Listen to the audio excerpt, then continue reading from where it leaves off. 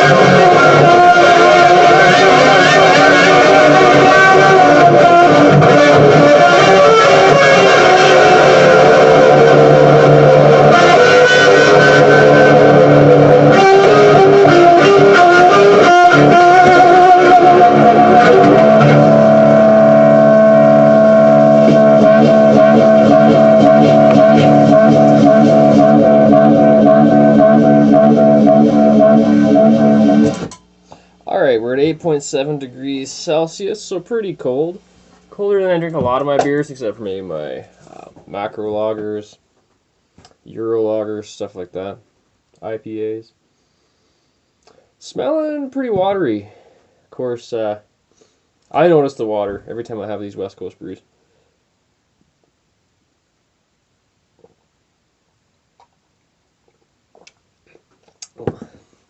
Might be a little bit of age on here, but oh, that's tasting nice. Ooh.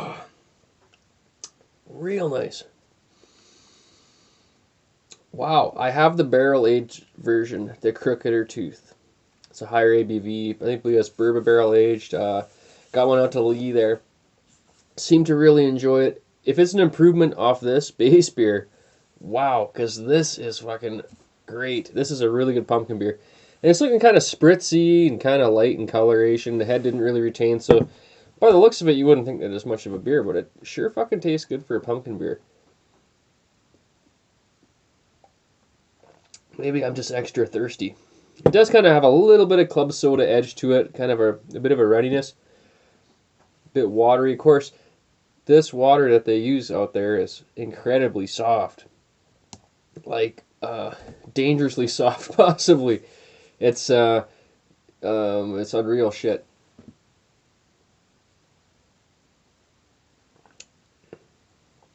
So ingredients are, and we all want to know the ingredients in a pumpkin beer to make sure that they're doing it right. Water, barley, hops, yeast, pumpkin, and spices.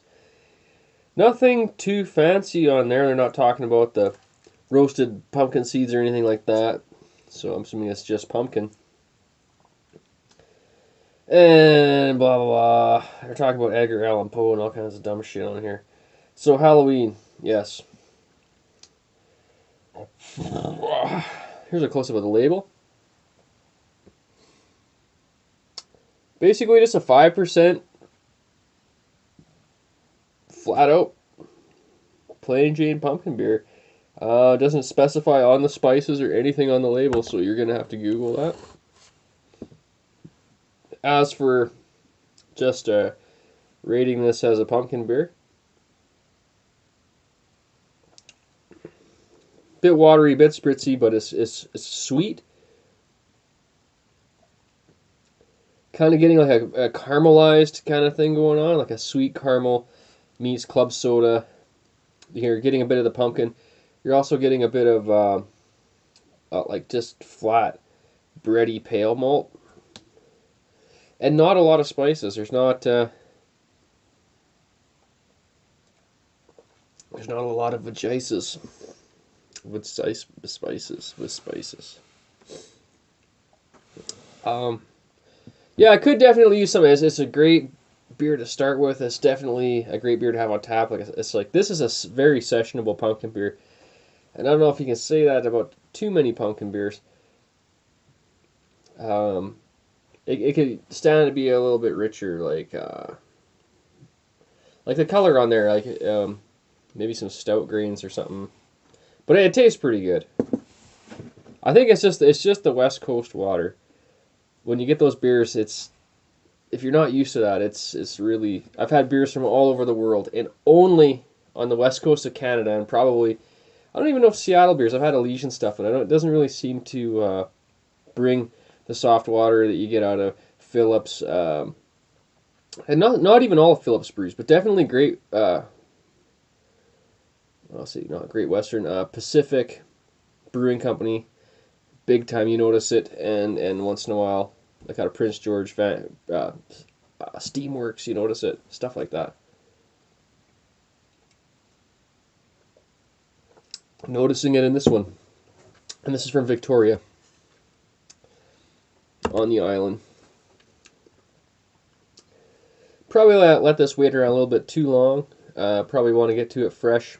It is almost March 2016. Bought this in October, or no, November. This is leftover stock. I got a pumpkin beer deal. So I will be doing the Crooketer Tooth. Really looking forward to that, because like I said, this could just use a little something to richen up, a little bit of more crystal malts, maybe something in there, coffee, chocolate, something to kind of fill it out a little bit more, because it is kind of thin. It's a good beer. I would rather it be 7 or 8% than 5, and I think that would probably on its own take care of the problem, richen it up a little bit.